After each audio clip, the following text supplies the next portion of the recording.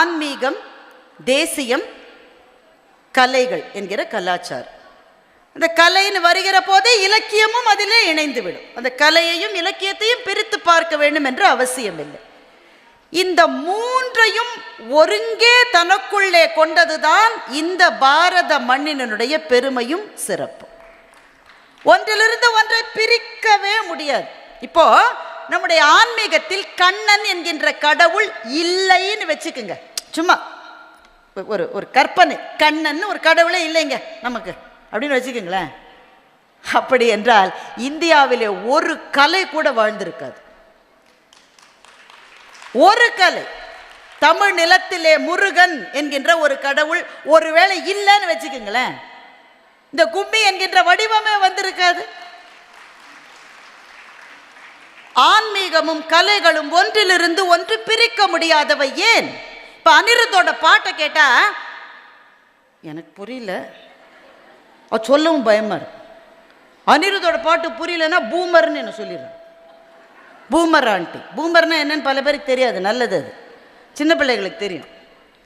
நமக்கு அந்த பாட்டை கேட்டால் ஒரு வார்த்தை விளங்கலையே அப்படின்னு நமக்கு தோணுது. ஆனால் வாயை விட்டு சொல்ல ரொம்ப நல்லா இருக்கும், பிரமாதம் தான் சொல்கிறேன், இல்லாட்ட என் பொண்ணு என்னை வீட்டில் சேர்க்க மாட்டேன். இப்போ அது நல்லா இருக்கானா நல்லா தாங்க இருக்கு, இல்லைன்னா சொல்ல முடியாது. வெஸ்டர்ன் மியூசிக் கேட்குறீங்க, நல்ல ரித்தம் இருக்குது, நல்ல பீட் இருக்குது, நல்லா இருக்கானா நல்லா தான் இருக்குது. ஆனால் அந்த இசைக்கும் நம்முடைய இசைக்கும் இருக்கிற ஒரு சின்ன வித்தியாசத்தை யோசிச்சு பார்த்தீங்களா? நம்முடைய இசையை கேட்கிற போது கண்ணிலிருந்து கலங்கி ஒரு துளி நீர் இறங்குகிறதே, அது உலகத்தின் வேறு எந்த இசையிலும் இருக்க முடியாது. ஏனென்றால் இந்திய இசை என்பது பக்திக்காக மாத்திரமே படைக்கப்பட்டது. அப்போ பக்தியை மாத்திரம்தான் அதில் சொல்லணுமா? இல்லை, அதில் நீங்கள் காதலை சொல்லலாம், அதில் நீங்கள் நட்பை சொல்லலாம், அதில் எதை வேணா சொல்லலாம். ஆனால் எதை சொன்னாலும் அதை சப்ளிமேஷன் என்று சொல்லுவார்கள். எதை நீ காதலை தான் சொல்கிற, ஆண்டாளம்மாவோட காதலை சொல்ல முடியுமா? அதை விட காதலை சொல்ல முடியுமா? ஆனால் அது மானுடர் மீது வைத்த காதல் அல்ல, அது பரம்பொருளின் மீது வைக்கப்பட்ட காதல் என்றால் அது புனிதப்பட்டு விடுகிறது. அதை தான் சப்ளிமேஷன் என்று சொல்லுவார்கள். ஒரு பூ கீழே கிடக்கிறதுங்க, நடக்கும்போது நம்ம மிதிச்சிட்டோம், பதறுவோமா? பதற மாட்டோம். பூனா கீழே விழும், நம்ம நடக்கும்போது மிதிப்போம், தாண்டி போயிடுவோம். ஆனால் நம்முடைய வீட்டில் இருக்கிற அல்லது கோவிலில் இருக்கிற ஒரு விக்கிரகத்தின் மீது சாற்றப்பட்ட பூமாலையிலிருந்து ஒரு பூ விழுந்திருக்கிறது, தெரியாமல் கால் பட்டா பதறோம். ஏன் பதறோம்? ஐயோ அப்படின்னு பதறோம். ஏன்? ஏனென்றால் கடவுளுக்கு படைக்கப்பட்ட எதுவுமே புனிதமாகி விடுகிறது. அதுதான் இந்த மண்ணின் கலைகளினுடைய தாற்பயம். இந்த கலைகளோடு ஆன்மீகமும் கலந்திருப்பது தான் இந்த மண்ணினுடைய சக்தி. இது ரெண்டும் கலந்தது தான் நம்முடைய தேசத்தினுடைய மாபெரும் சக்தி. இல்லை, ஒவ்வொரு மொழியிலும் இதற்கு உதாரணங்கள் இருக்கிறது, ஒவ்வொரு பண்பாட்டிலும் இதற்கு உதாரணம் இருக்கிறது, ஒவ்வொரு கலாச்சாரத்திலும் இதற்கு உதாரணம் இருக்கிறது. அதை ஆண்கள் காப்பாற்ற வேண்டுமா, பெண்கள் காப்பாற்ற வேண்டுமா? பட்டிமன்றம் இல்லை, எங்க நடுவர் இல்லை, இருந்த பெல் அடிச்சு உட்காந்து வச்சிருவார். இரண்டு பேருக்குமான பொறுப்பு. எனக்கு இது பெண்கள் தான் இதை நாங்கள் ஏற்கனவே நிறைய காப்பாற்றிட்டு இருக்கோம். ஓவரா எங்கள் தலைமையில் எல்லாத்தையும் வைக்காதீங்க. இப்போ இப்படி சொல்லியே பெண்கள் பொறுமையில் பூமாதேவியை போன்றவர்கள் என்ன அர்த்தம்? கோவம் வந்தாலும் நீ கத்தாதான்னு நமக்கு சைலண்டாக சொல்கிறாங்க. இருவரும் சேர்ந்து செய்ய வேண்டிய பயணம் என்று நான் சொல்லுகின்றேன். பெண் விடுதலை என்பது ஆண்களை எதிர்த்து செய்யப்படுகிற போராட்டம் அல்ல, அது ஆணும் பெண்ணும் சேர்ந்து செய்ய வேண்டிய பயணம்.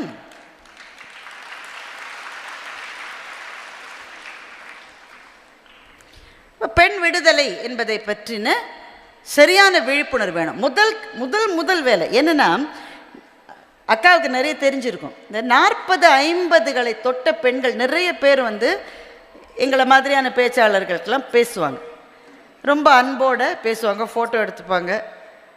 அவங்க நிறைய பேர் எங்ககிட்ட கேட்குற கேள்வி என்ன தெரியுமா?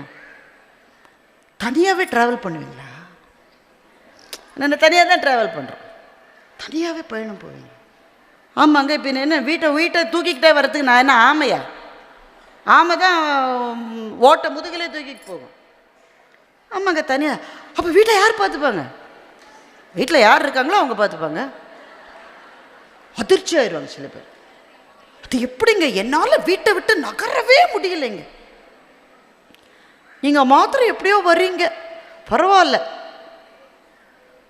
இதுக்கு காரணம் ஆண்கள்னு பழி போடுவாங்க. எங்கள் வீட்டுக்காரர் என்னை எதுவுமே செய்ய விட மாட்டார். எனக்கு எவ்வளோ திறமை இருக்குது, ஒன்றுமே என்கரேஜ் பண்ணல என்ன. அப்போ என்ன செய்கிறீங்க நீங்கள் வீட்டில்? என்ன சோறாக்கி போடுறேன், பிள்ளைங்க இருந்த மட்டும் அவங்களுக்கு தேவையானதில் செஞ்சேன். இப்போ அதாவது கிளம்பி போயிருச்சு, பிள்ளைங்க நம்ம கூடவா இருக்கு. த எம்ப்டினஸ் சிண்ட்ரோம் என்று சொல்லுவார்கள். ஒரு கட்டத்துக்கு பிறகு பிள்ளைகள் விலகி செல்வார்கள். நம்ம என்ன செய்கிறோம், பிள்ளைகளை பார்த்து கொள்ளுவதை தவிர நம்ம வாழ்க்கையில் வேற எதுவுமே இல்லைன்னு ஒரு 23 வருஷம் வாழ்ந்துட்டோம். உண்மையா இல்லையாங்க? ஏன் எப்படியுமே அந்த ஆள் கண்டுக்க மாட்டேங்கிறாரு. அவர் வராரு, கல்யாணம் ஆன புதுசுல அப்படி பேசினார் மனுஷன். எப்படி பேசினார் ஞாபகம் இருக்கா? பல பேருக்கு மறந்துருக்கும். இங்கே இருக்கிற ஏஜை பார்த்து அப்படித்தான் இருக்கு, பல பேருக்கு மறந்துருக்கும். இப்போ இருக்கிற பிள்ளைகளாம் போர்வையை போத்திட்டு எஸ்எம்எஸ் பண்ணு. நம்ம கண்ணை திறந்துக்கிட்டு கண்ணாடியை போட்டுட்டு எஸ்எம்எஸ் பண்ணாலே ஸ்பெல்லிங் மிஸ்டேக் வரும். நான் கல்ச்சர்னு அடிக்கிறதுக்கு போல வல்ச்சர்னு அடிச்சிட்டேன். எங்கள் அலுவலகத்திலேருந்து will you be a culture champion, I am happy to be vulture champion அடிச்சிட்டேன். நல்லா கண்ணாடியை போட்டு, அதுங்க ஒன்றும் வேணாம், போர்வையை போத்திக்கிட்டு பட பட பட படன்னு அடி, கரெக்டாக அடிக்குது. கல்யாணத்துக்கு முன்னாடி பேசிக்கிறாங்களாம், கல்யாணத்துக்கு பிறகு நிறைய பேசினோம் தானே. எவ்வளவு வார்த்தைகள், எவ்வளவு வார்த்தைகள், எவ்வளவு முறை நீங்கள் சொன்னாலும் அந்த ஆளுக்கு போறாமலே இருந்தது. அது சொல்லு சொல்லுமா, என்ன சொல்லணும், என் பேரை சொல்லு, அதெல்லாம் சொல்லக்கூடாதுன்னு சொல்லியிருக்கேன். ஒரு தடவை சொல்லும். இதெல்லாம் ஞாபகம் இருக்கா? போன ஜென்மத்தில் நடந்த மாதிரி இருக்குல்ல. அப்படித்தானே இருந்தீங்க, அப்படித்தானப்பா இருந்தோம். கல்யாணம் ஆகி 23 வருஷம் ஆச்சு. என்னாச்சு? அந்த ஆள் வராரு, சாப்பிட்டீங்களா? அதெல்லாம் சாப்பிட்டாச்சு, அவ்வளோதான். பேச்சுவார்த்தை எப்படி சுருங்கி விடல. சங்கப்பாடலில் இதை பற்றிய குறிப்பு இருக்கிறது, நம்புவீங்களா நீங்க? we think it's something that's happening to us. எங்களுக்கு தான் இது நடக்குதுன்னு நினைக்கிறோம். சங்கப்பாடலிலேயே இப்படி இருக்கு. மதுரையிலிருந்து ஒரு புலவர் எழுதியிருக்கக்கூடிய பாடல், யாருன்னு சரியா தெரியல. மரத்தினுடைய கிளைகள் அளவுக்கு இருந்த வைகை ஆற்றினுடைய வெள்ளம். இப்போ இந்த மரத்தினுடைய கிளை இங்கே இருக்குல்ல, வைகையில் வெள்ளம் சுத்தமுத்தும் பார்த்ததில்லை, இப்போ இந்த வருஷம் தான் பார்த்தோம். அந்த அளவு வெள்ளம் வந்துதான். அந்த வெள்ளம் வந்த வைகை ஆறு வெயில் காலம் வந்த உடனே மணலாறு ஆயிடும். மணலாறுனா ஒன்றுமே இருக்காது, நீங்கள் புது பண்ணி பார்த்தா கூட கையில் பிசு பிசுன்னு லேசாக ஈரம் ஒட்டுமே தவிர வேறு தண்ணியே இருக்காது. மணலாறு ஆனது போல ஒரு காலகட்டத்தில் அப்படி பிரம்மாண்டமாக இருந்த காதல் ஒன்றுமில்லாமல் தேய்ந்து போனதுன்னு சங்கப்பாடலே இருக்கு. காதல் தேர்ந்து போனதான்னு எனக்கு தெரியல, அது மடைமாற்றமாகிவிட்டது. ஒருவர் மீது ஒருவர் வைத்த காதல் இன்றைக்கு பிள்ளைகளின் மீது வைக்கப்பட்டிருக்கிறது. அப்படித்தான் அந்த பிள்ளைகளுக்காகவே வாழ்கிறார்கள் பெண்கள். பெரியவனுக்கு கிரிக்கெட் கிளாஸ் இருக்கு, சின்னவனுக்கு பூரி பிடிக்காது, என் பொண்ணுக்கு கூடவே யாராவது போனாதான் இருக்கும், அவள் ட்ரெஸ்ஸை நான் தான் தேடி கொடுக்கணும், அவனுக்கு நான் தான் தேய்ச்சி கொடுக்கணும். இந்த பையன் ஹாலில் உட்காந்துக்கிட்டு காலை டிவி ஸ்டாண்ட் மேலே வச்சுக்கிட்டு கிரிக்கெட் பார்த்துட்டு இருக்கான். இந்த அம்மா தோசையை சுட்டு சுட்டு போடுது, அங்கிருந்து ஓடி ஓடி போடுது.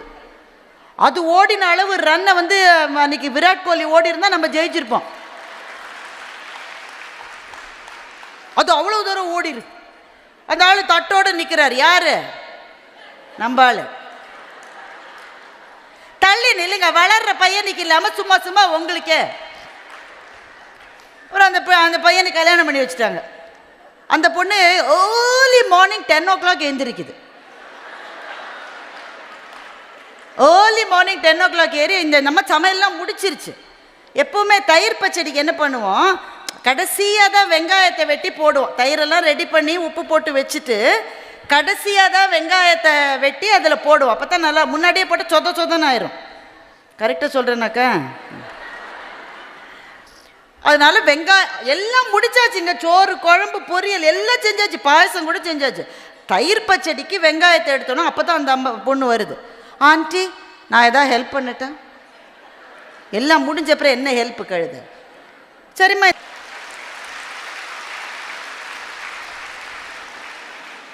ஆனால் ஒரு ஆள் சந்தோஷமா இருப்பார். தட்டோட தோசைக்கு நின்னார் இல்ல, வேணுண்டா உனக்கு நல்லா வேணும்னு மனசு இல்லை சொல்ல முடியாது. இப்போ இந்த வயதில் இருக்கிறவர்கள் எங்களை அணுகுகிற போது, டைம் ஆயிடுச்சு, 5 நிமிஷத்தில் முடிச்சிடலாம், 1:30 ஆயிடுச்சு. இந்த வயதில் இருக்கிறவர்கள் எங்களை அணுகி கேட்கிறார்கள், நீங்கள் எப்படி ட்ராவல் பண்ணுறீங்க, எப்படி உங்களுக்கு நேரம் இருந்தது, ஏன் உங்கள் வீட்டில் உங்களுக்கு இந்த மாதிரி டிமாண்ட்ஸ் இல்லையா? 40-50 வயதுகளை நெருங்குகிற போது நான் சந்திக்கிற பெரும்பாலான பெண்களுக்கு இருக்கிற பெரிய பிரச்சனை ஃப்ரஸ்ட்ரேஷன்.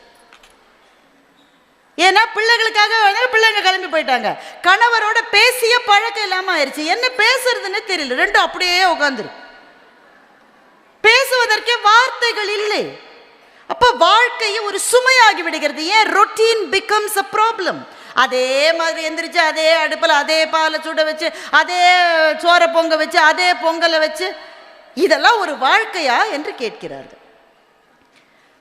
அதனால்தான் நிறைய சீரியல் பார்க்க ஆரம்பிக்கிறாங்க. சீரியல் பார்க்கறத பற்றி கருத்து சொல்கிறேன், நான் எதை பற்றி கருத்து சொல்கிறது இல்லைங்க. I don't opine on anything. நான் கருத்துக்கு அந்த சாமிலாம் கிடையாது. உங்களுக்கு பிடிச்சா பாருங்க, பிடிக்கலன்னா விடுங்க, அவங்கவுங்க விருப்பம். ஆனால் நிறைய பேர் ஏன் பார்க்குறாங்கன்னா, அவங்க வாழ்க்கையில் இல்லாத எக்ஸைட்மெண்ட் வந்து அந்த அந்த அது கொடுக்குது. வாழ்க்கையில் ஒரு எக்ஸைட்மெண்ட் இல்லை, அதே தான். ஆனால் சீரியலை பார்த்தா ஒரு நாள் குத்துது, ஒரு நாள் கொல்லுது, ஒன்று உருளுது, ஒன்று பொருளுது. அந்த எக்ஸைட்மெண்ட் வந்து அவங்களுக்கு பிடிச்சிருக்கு. இவங்க எக்ஸைட் ஆகிறாங்கன்னு தெரிஞ்ச கதை எழுதுறவங்க இன்னும் எக்ஸைட்மெண்ட்டை கொடுக்குறாங்க. எல்லா சீரியலையும் பார்த்தா விஷம்னு ஒரு பாட்டில் பாய்சன் எழுதி வச்சிருக்கான். எனக்கு ஒரு கடையில் கிடைக்க மாட்டேங்க, அவங்களுக்கு மாத்திரம் கிடைக்கும்.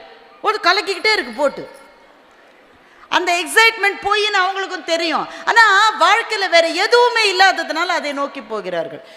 இந்த மேடையில் சொல்றதுக்கு தயக்கம் இருந்தாலும் சில பேர், மிகச்சில பேர், ஒரு 10 பேர் ஒரு 15 பேர் தவறான வழிகளுக்கு போயிடுறாங்க. தேவையில்லாத ஃபேஸ்புக் ஃப்ரெண்ட்ஷிப்ஸ். நட்பு தேவையில்லை, நட்பு ரொம்ப தேவை. ஆனால் முகம் தெரியாதவர்களோட நட்பு வந்து ஆபத்தானதுன்னு கூட புரிந்து கொள்ளாத அளவு பிரச்சனையில் சிக்கிக்கிறாங்க. அப்போ என்ன செய்வது? ஒரே ஒரு வழிதாங்க இருக்கு. ஒன்று, உங்களுடைய ஆன்மாவுக்காக நீங்கள் எதையாவது செய்கிறீர்களா என்று உங்களை நீங்களே கேட்டுக்கொள்ளுங்கள். உங்களினுடைய ஆன்மாவுக்காக. இப்போ இத்தனை பெண்கள் இருக்காங்கல்ல, இவங்க அத்தனை பேர் இல்லை, பெரும்பாலானவர்களுக்கு குடும்பங்கள் இருக்கத்தானே இருந்தது. முத்துலட்சுமி ரெட்டி குடும்பம் இல்லையா அவங்களுக்கு? திருமணம் ஆவதற்கு முன்னே கணவர் சுந்தரா ரெட்டியை பார்த்து சொன்னார், 29 வயசு முத்துலட்சுமி ரெட்டிக்கு திருமணம் ஆறப்போது. அந்த காலத்தில் நீங்க நினைக்க முடியுமா, 10 வயசுல கல்யாணம் ஆகலைன்னா இன்னுமா உங்க வீட்டு பொண்ணுக்கு கல்யாணம் ஆகலை என்று கேட்ட காலகட்டத்தில் 29 வயது முத்துலட்சுமி அவர்களை சுந்தரா ரெட்டி வந்து கேட்கிறார், நான் உனக்கு கல்யாணம் பண்ண 2 கண்டிஷன்றாங்க. அவ்வளோ வயசு காத்திருந்தவர்கள் யாராவது ஒருத்தர் வந்தா வீட்டில் கல்யாணம் பண்ணி கொடுத்துட்டு தானே பார்ப்பாங்க. ஆனால் முத்துலட்சுமி சொல்கிறார் 2 கண்டிஷன். 1, உங்களுக்கு சமமாக என்னை நீங்கள் நடத்த வேண்டும். 2வது, என்னுடைய வாழ்க்கை சமூக பணியை சார்ந்துதான் இருக்கும், அதற்கு நீங்கள் தடை விதிக்கக்கூடாது. இதை முத்துலட்சுமி ரெட்டி எழுதியிருக்காங்க, நான் சொல்லலை. போய் படிச்சு பாருங்க அவங்க வாழ்க்கை வரலாற்று. அவர்கள் வாழ்க்கை அப்படித்தான் வாழ்ந்தார்கள். எனவே நீங்கள் உங்கள் ஆன்மாவுக்காக எதையாவது செய்கிறீர்களா? ஒருத்தருக்கு கோலம் போட பிடிக்கும், படம் வரைய பிடிக்கும், தோழிகளோடு சேர்ந்து வெளியே போவது பிடிக்கும், கோவில்களுக்கு போக பிடிக்கும். ஒவ்வொருவருக்கும் ஒரு திறமை இருக்கிறது, ஒரு ஆர்வம் இருக்கிறது. அதை நீங்கள் அதற்காக என்ன நேரத்தை செலவிடுது? எங்க வீட்டில் நேரமே கிடைக்காது, வீட்டுக்காரரை வேலை செய்ய சொல்லுங்கன்ற. செய்வாங்க, செய்ய மாட்டாங்களோ அப்படின்னு நீங்க பயப்படுறதுனால அவங்க நல்ல சௌரியமா இருக்காங்க. இது இருவரும் சேர்ந்து பயணம் செய்ய வேண்டிய பாதை தோழிகளே. எனவே உங்கள் மனதுக்கு உகந்ததை நீங்கள் செய்தால்தான் உங்களினுடைய ஆன்மா மலர்ச்சியோடு விளங்கும். அந்த மலர்ச்சி இல்லைன்னு வச்சுக்கோங்களேன், அந்த ஃப்ரஸ்ட்ரேஷனை நீங்க உங்க வீட்டுக்காரத்தை தான் காமிப்பீங்க. அதனால தான் அவர் சொல்றாரு, கல்யாணம் ஆனப்போ கோவில்ல இருந்த அம்பிகை சிலை மாதிரி இருந்தா, அப்ப இப்போ வாசல்ல இருக்கிற துவாரபாலக மாதிரி ஆயிட்டான். ஆனால் உங்களுக்கு ஒன்று தெரியுமா, வாசலிலே இருக்கிற துவாரபாலகையிடமும் அதே தெய்வம் தான் குடியிருக்கிறது, அதுவும் தெய்வம் தானங்க. எனவே உங்களுக்காக நீங்கள் என்ன செய்ய வேண்டும் அதை இப்போ இங்கே கும்மி அதில் முதல்ல 2வது ஆடினது சின்ன பிள்ளைங்க, முதல்ல ஆடினது அதை விட கொஞ்சம் வயதானவர். எனக்கு அவ்வளவு மகிழ்ச்சி. அவர்களுக்கு தான் முதல் பாராட்டு அவங்களுக்கு தான். ஏன்னா பிள்ளைங்க ஆடுறது ஒன்றும் கஷ்டம் இல்லை. இங்கே காலேஜில் படிக்கும்போது எல்லாமே டான்ஸ் ஆடும். நம்ம கூட அப்படி தானே இருந்தோம் இல்லை. ஆனால் ஒரு நடுத்தர வயதில் இருந்தவங்க தான் அங்கே பெரும்பாலும். ஆனால் அவர்கள் ஒன்றாக இணைந்து ஒரு 10 நாள் ப்ராக்டிஸ் பண்ணியிருப்பாங்கல்ல. அவங்கள்ட்ட நீங்கள் கேட்டு பாருங்களேன். அவங்க இங்கே இருக்காங்களான்னு எனக்கு தெரியல. அவங்கள்ட்ட கேட்டு பாருங்களேன். இந்த 10 நாள் ப்ராக்டிஸ்க்கு போனப்போ எப்படி இருந்தது? ரொம்ப நல்லா இருந்ததும்பாங்க எல்லாரும். ப்ராக்டிஸ்க்கு கிளம்பும் போது டென்ஷனாக இருக்கும். ஏன்னா வீட்டில் அப்போ தான் ஒன்று சிக்காகும், அப்போ தான் குக்கர் சத்தம் வராது, அப்போ தான் பால் பொங்கி அடுப்பெல்லாம் இதுவாகும். இதெல்லாம் மீறி தான் அவங்க ப்ராக்டிஸ்க்கு போகிறாங்க. பதட்டமாக தான் இருக்கும். ஆனால் அந்த ப்ராக்டிஸில் இருந்தபோது ரொம்ப நல்லா இருந்திருக்கும். எனவே நம்மோடு ஒத்த கருத்துக்கள் உடையவர்களோடு இணைந்து வாழ்க்கையினுடைய இந்த காலத்தில் உங்களுக்காக கொஞ்சம் நேரத்தை ஒதுக்குங்கள். அப்படி ஒதுக்குகிற விஷயம் என்னவோ வேணா இருக்கலாம். ஆனால் அது இந்த மண்ணுக்கும் நம்முடைய பண்பாட்டுக்கும் நம்முடைய கலைக்கும் முக்கியமாக நம்முடைய இலக்கியத்துக்கும் உயிர் சேர்க்கக்கூடிய விஷயங்களில் உங்கள் மனத்தை உங்கள் நேரத்தை திருப்பினால் அந்த மிட் லைஃப் கிரைசிஸ் என்று சொல்லுகிற அந்த தேக்கம் உங்களுக்கு வராது. அந்த தேக்கத்தை கடந்து போவதற்கு ஒரே வழி கலை, இலக்கியம், ஆன்மீகம், தேசத்தின் மீதும் மண்ணின் மீதும் நாம் கொள்ளுகிற பற்று. எதுவுமே முடியலைங்க, எனக்கு அதெல்லாம் எதுவுமே தெரியாதுங்க. ஒன்றும் வேணாம்மா, ஸ்கூலில் உன்னோட படித்தவங்க, வீட்டுக்கு பக்கத்தில் இருக்கிறவங்க 5-6 பேரோட சேர்ந்து ஒரு 4 கோயிலுக்கு போயிட்டு வாமா, அது தருகிற மகிழ்ச்சியை வேறு எதுவும் தராது. என் குடும்பம் நான் இல்லாவிட்டால் இயங்கவேங்க, நல்லா இயங்கும். சும்மா நாமே நினைச்சிட்டு சலம்பிக்கிட்டு திரியிறோம், நல்லா இயங்கும். நான் மருத்துவமனையில் இருந்தபோது நான் முன்னாடிலாம் நினைப்பேன், நான் இல்லாட்டா எங்கள் வீட்டில் எதுவுமே நடக்காது. மருத்துவமனையில் 22 நாள் இருந்தேன். அதோடு நான் நினைப்பேன், என்னுடைய அலுவலகம் நான் இல்லாவிட்டால் பொல பொல பொலவென்று கொட்டிவிடும். ஒன்றும் இல்லை, நல்லா இருந்தது. எனவே அது நடக்கிறபடி நடக்கும். நாம் தான் நடத்துகிறோம் என்று நினைப்பது கோபுரத்தை பொம்மைகள் தாங்குவதற்கு ஒப்பானது. எனவே உங்கள் ஆன்மாவுக்காக ஏதாவது செய்யுங்கள். அப்படி செய்வதை இந்த தேசத்தினுடைய மண்ணின் மாண்பை இன்னமும் பொலிவு பெறச் செய்கிற விஷயங்களில் நடத்துங்க. இதை சத் சங்கம் என்று சொல்லுவார்கள். நம்மோடு ஒத்த கருத்து இருப்பவர்களோடு சேர்ந்து இருக்கிற போதே நமக்கு பலவிதமான மலர்ச்சிகள் மனத்துக்குள் கிடைக்கும். எனவே அது கும்மியாக இருக்கலாம், அது இலக்கியமாக இருக்கலாம். உங்களுக்கு படிக்கிறதுல ஆர்வம் இருக்கிறதா?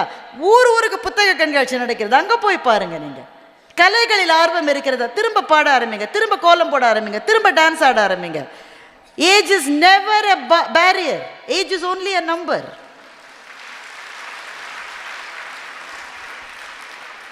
இப்படி பெண்களை இணைத்திருக்கிற இந்த இடத்திலே இருந்து பேசுவது எனக்கு மிகுந்த மகிழ்ச்சியை தருகிறது. ஏனென்றால் இந்த நாட்டினுடைய ஒவ்வொரு உயர்வுக்கும் பின்னால் பெண்கள் தான் இருந்திருக்கிறார்கள்.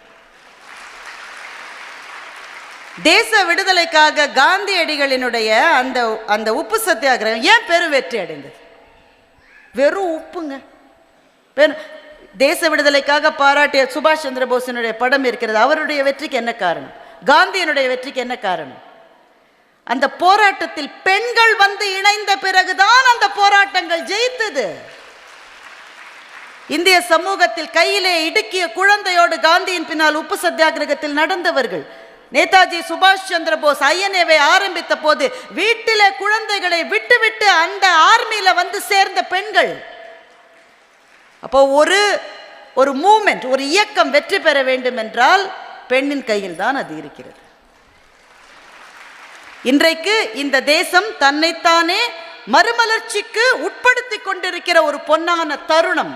இதிலே பெண்கள் இணையவில்லை என்றால் இதற்கு பிறகு எப்போது நாம் இணையப் போகிறோம் என்று நான் கேட்கின்றேன்.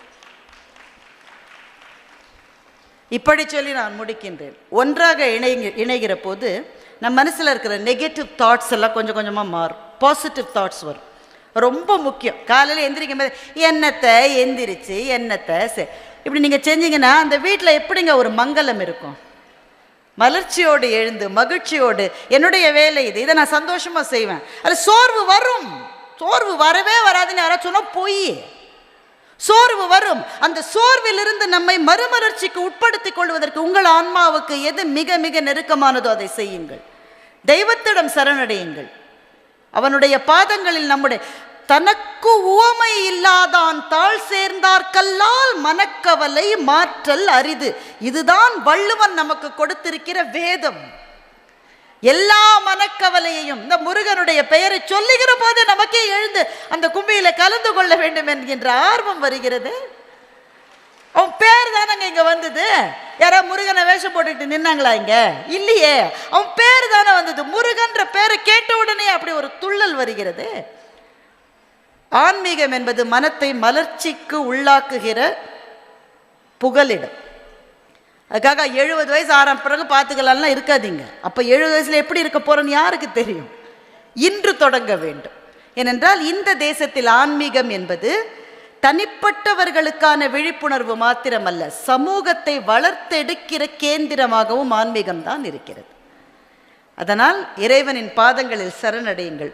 உங்களை ஒத்த தோழிகளோடு சந்தோஷமாயிருங்கள். இந்த உலகத்தில் நாம் பிறந்திருப்பது மகிழ்ச்சியாக இருக்க மாத்திரம்தான். தியாகம் செய்வதற்காகவே நீங்கள் படைக்கப்பட்டிருக்கிறீர்கள் என்று யாராவது சொன்னால், இல்லை, மகிழ்ச்சியாக இருக்க நான் பிறந்திருக்கிறேன் என்று தைரியமாக பதில் சொல்லுங்கள்.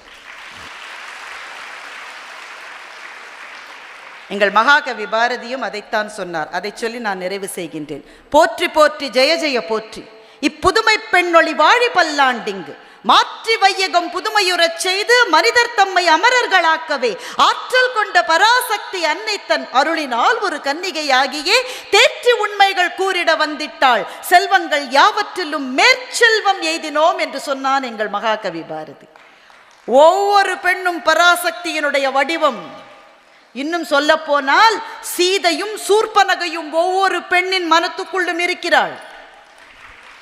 நீங்கள் சீதையை முன்னே கொண்டு வருகிறீர்களா, சூர்பனகையை முன்னே கொண்டு வருகிறீர்களா என்பதை வைத்துத்தான் உங்களினுடைய வாழ்க்கையின் வெற்றியும் தோல்வியும் அமையும்.